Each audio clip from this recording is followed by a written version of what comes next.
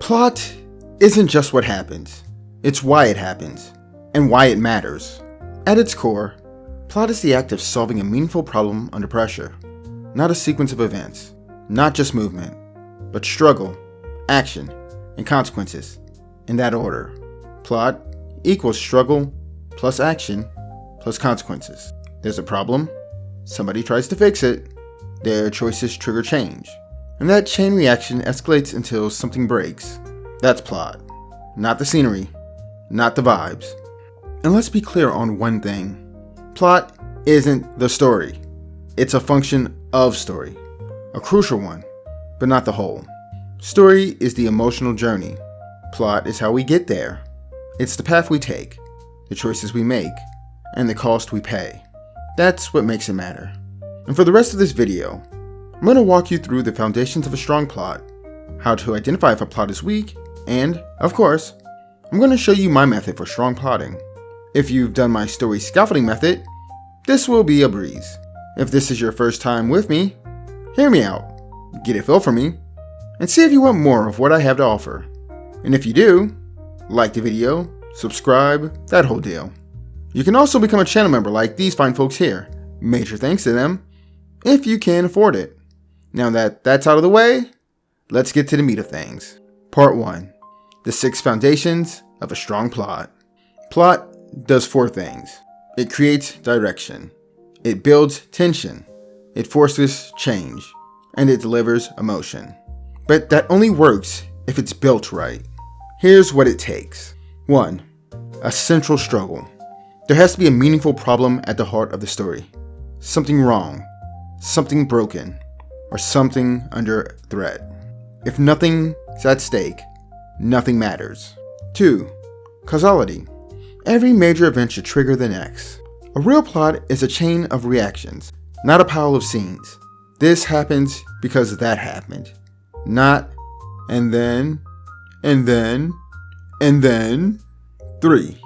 Escalation. The pressure has to rise. The struggle has to get harder. The risk greater. The cost sharper. No build equals no tension. No tension equals no engagement.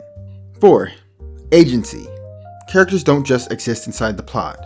They drive it. The protagonist's decision must shift the story. Passive characters kill momentum. 5. Payoff. By the end, the story's pressure must snap, with consequences that feel earned. If you plant a seed, it needs to bloom. If you build tension, it needs to break. If you promise a climax, it better hit. 6. Emotional impact. A plot isn't strong until it hits. Not just logically, emotionally. The struggle has to change something. In the world, in the character, in the audience. If nothing's different, it didn't matter. You want to test your plot strength? Ask, is there a clear struggle? Does each scene cause the next? Does the tension build? Do choices matter? Does the ending feel earned? Do we feel something at the end? If you can't check those boxes, your plot might function, but it won't land. Part 2. How to diagnose weak plots. Even if you follow the rules, your plot can still misfire, because plot strength is fragile, and one crack can snap the whole thing. Here's how to spot the weak link when something feels off. Boring? You've got an escalation failure. The tension's flat, the stakes aren't climbing, and the audience can feel it. Pressure has to build. If it doesn't, people check out. Confusing? That's a causality failure. Events feel random. There's no clear, because this, then that. You didn't break the story, you broke the chain. Emotionless? You've got a consequence failure. Things are happening, but nothing matters. Plot without emotional fallout is just noise. Aimless? That's a struggle failure. There's no central tension pulling the story forward. A story without a problem is just a montage. Out of nowhere? Setup and payoff failure. You didn't lay the groundwork, so the twist feels cheap, and the ending feels fake. You can't skip the fuse and still expect the explosion to hit. No stakes? You're failing at communicating danger and risk. No cost, no consequence, no dread, equals no reason to care. We don't watch plots to see what happens. We watch to see what might go wrong. So, the bottom line? If your plot isn't working, trace the failure back to the foundation it broke. That's how you stop guessing what's wrong and start fixing it with precision. Part 3. How you can build a plot. So, how do I build a plot from scratch? It's not about beats. It's not about saving cats or hitting act breaks on page 27. It's way simpler than that. I build my plot by documenting the problem-solving process. In fact, I'm willing to argue that problem-solving focus is superior to other methods of plotting. Why? Well, this is what's built into it. 1. It strips away aesthetic confusion. It's all about solving struggles. 2. It forces characters to have agency. They must do something, not float, even if reactive. 3. It forces cause-effect thinking. Actions must cause reactions. That's real problem solving. 4. It anchors escalation naturally. Problems must get harder as you attempt to solve them. And 5. Builds to pay off automatically. You either solve the problem or you don't. Resolution. It's primal, bulletproof, clean, simple. And here's how it works. Step 1. Identify the problem. Everything starts here. If there's no problem, there's no plot. I pull from what I call the 8 universal conflicts. 8 core struggles that show up in every genre, in every story, no matter where it is or what it is. Hey, slice of life people who keep trying to say, oh, but we have no special plan. No, you're stupid. Your chances are you have a life unraveled story or you have an epic transformation story. It's just very minor versions of it. The same can be said for all the other versions because it's... Slice of life isn't even a genre. I'm going on a whole tangent. We'll talk about this more in the genre episode. Anyway, whether it's survival, transformation, escape, revenge, rescue, romance, your story needs one central pressure driving everything. This is the emotional core, the reason the plot exists. Step 2. Lock in the goal. Once you know the problem, define the target. What's the protagonist trying to achieve? What's the finish line they think will solve everything?